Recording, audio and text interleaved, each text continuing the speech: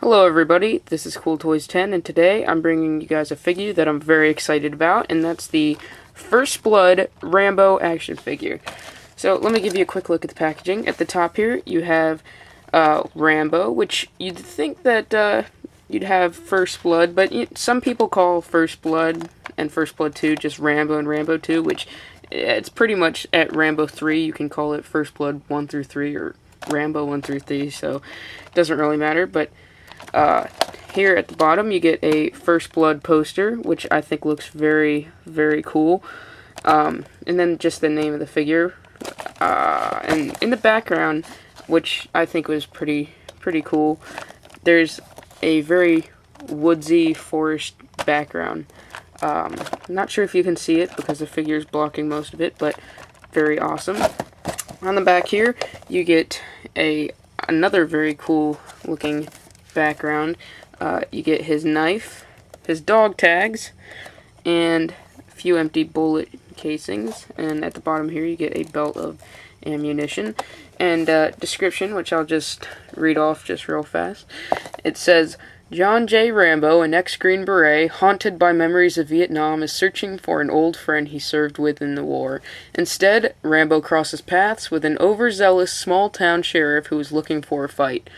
Unjustly imprisoned, Rambo escapes and becomes the target of a massive manhunt. Rambo must use all his cunning combat and survival skills to stay alive and outwit his pursuers. So, awesome packaging.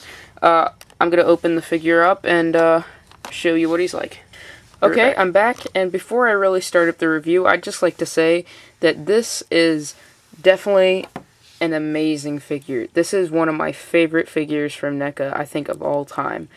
Now, it might be because I was anticipating this figure so much, but I just like to say NECA always delivers very quality figures, but I think that this is one of my top favorites, if not my favorite of all time. This figure is great, so I just like to start off with saying that. And now, let me get into the accessories real fast and show you what he comes with. So, as you already saw, he does come with an M60, which looks awesome. A lot of detail. You can see where the ammo belt would go in, and every little detail on it. Oh, sorry. It looks great. And the sights and the bipod. So it looks really awesome. The muzzle. So there it is. Very, very nice. And his other accessory is his knife. So two iconic weapons that he used mainly in the movie. So I think that's awesome. Like, NECA's not always known for giving a lot of accessories, but at the same time, I'd rather have two really main accessories done well than like a lot of accessories and just unnecessary things that make the other ones a little a little lacking in quality, I guess.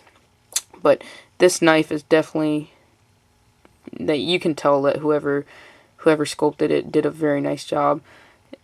If you see the knife in the movie, you can see just how close it is to it. It has the green handle and very nice washes of silver and black on the blade, and it even has the serrated edge, I believe is what it's called, which you might be able to see better if I spin it. So it looks great. And his other, I guess, accessory, if you want to call it an accessory, is he comes with an alternate hand, which is meant for the knife, and it does hold the knife very well. So I'm not, just for the sake of just alternate hands never really work out well, I'm not going to pop off his hand that I have right now, because I'm not going to display him with the knife. I apologize, I've never had a lot of luck. I guess I should say, I always have troubles with alternate hands, and I always worry about it breaking, so it does come with an alternate hand, and it does pop on there fairly easily, but it's also, it seems like it'd be very easy to break. So it comes with that. Now as far as detail goes, it's pretty great. The face sculpt is like, it's still, like I said, it's one of my favorites, but it's not because of every little detail done just right. It's just the overall, it's just how well I think they did overall with the figure. So face sculpt is definitely one that I think's just a bit weird. It does look a little like Sylvester Stallone did in the movie. I will give it that. It's got a lot of detail on the hair. The hair looks awesome, and the bandana looks very, very good as well. But just the face sculpt itself, as far as likeness to Sylvester Stallone, it does kind of. I'd say from the nose to the chin, from the nose up, and from the chin to the mouth. The mouth is the only thing that they could have done a lot better. As you can see, it's just a weird expression. Like, I guess you could call it his war face, because it does come with the M60, which I'll be displaying it with, but it really just looks weird. And if you actually have the figure, it looks a lot weirder, because you can see, like, his gums. Like, it looks like he has a pair of those, like, gag teeth in that they sell for, like, $1 at the store. It just looks weird. But the rest of the face sculpt, like I said, it looks nice. He's got, like, the stubble and, some blood running down his face. So, the rest of the face sculpt looks great. It's just the mouth that looks a bit odd. And I've even heard, which I think's a bit far, but I've even heard someone call him, or maybe it's a new one. I think it was this one. I think someone compared his face sculpt to Adam Sandler.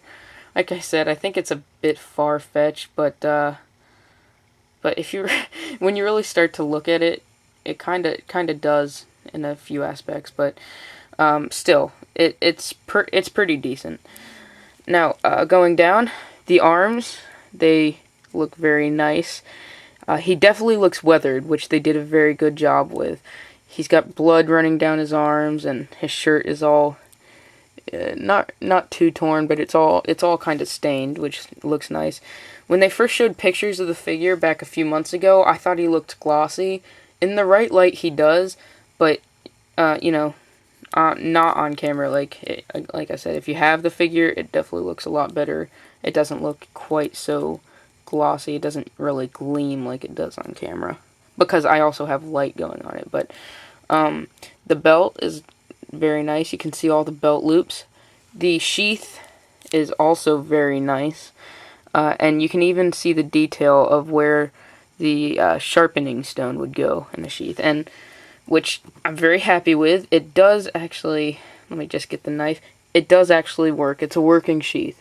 So if you'll be displaying him with his M60 and you want the knife to not just get lost somewhere, awesome place for it. Displays very well. And his shoes also have a lot of detail, which it's little, not many people are looking, but it's one of those things that when you are, you'll be very impressed just of how much detail you know that they've put into it. Like, just all the little all the little marks in his jeans. It looks phenomenal. One of my favorite figures by far. And okay, let me go back to the arms. You can just see all the veins in his arms. This figure is done very well. So let me show you some very it's how posable this figure is. He looks great. The one, besides the face sculpt, the one thing I think that this figure has a problem with is the sling. And this goes for a lot of other figures that come with guns that have a sling. When they use this like hard kind of rubber plastic, it's sculpted in a certain way. Like, when you try to bend it down, it'll come back up. I'd almost rather not even have the sling. Just because, I mean, do you see a problem? it just looks very, very weird. I don't know. And the worst part is that the sling, the sling's meant for when you don't, when you don't want to use or have him displayed with that. So I can understand that, but I mean, it's just when you do have him displayed, and it's hard to display him. I don't even know if it's possible to display him having the sling and having it, having him carry it. So that's one problem. But a very cool detail they have, and I bring it up because it's coming off, but on the belt, the bullet belt, he does, it just popped off, but it has a little peg and a little hole that you'll be able to see it because it'll kind of loop over. But if you take that off, you can get the bullet belt. Now, another thing, the M60, it has a little slot that I think if you fiddle with it just right and don't really move it around too much. I apologize. I did do this before I started recording.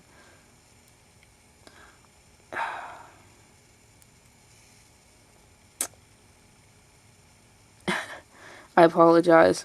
But I did get it to kind of stay in there, which I think would have been a lot cooler if they got it to stay in there well.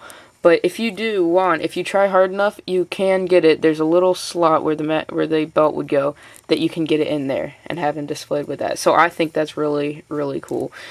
These two, I believe, also come off. I'm not positive, but I think they do. But I'm not going to because I like him displayed with that. So I'm just going to put that down. But anyways, overall, I have to wrap this up. The time's getting it's getting close to my limit. So this figure is great. I'd say out of 100, I think I'd rate it 95. It is one of my favorite NECA figures ever. There's a few little flaws, but I can definitely look past them. You should buy this figure if you're a Stallone fan, if you're a First Blood or Rambo fan, which are the same thing. But if you're a Rambo fan, Stallone fan, or if you just like NECA figures, you should pick this guy up. I got him at Toys R Us for $18, which I think's a bit much. I mean, it's only $2 over $16, which is like the normal rate for NECA figures. But I would buy it any day for $18. Like I said, it's an amazing figure.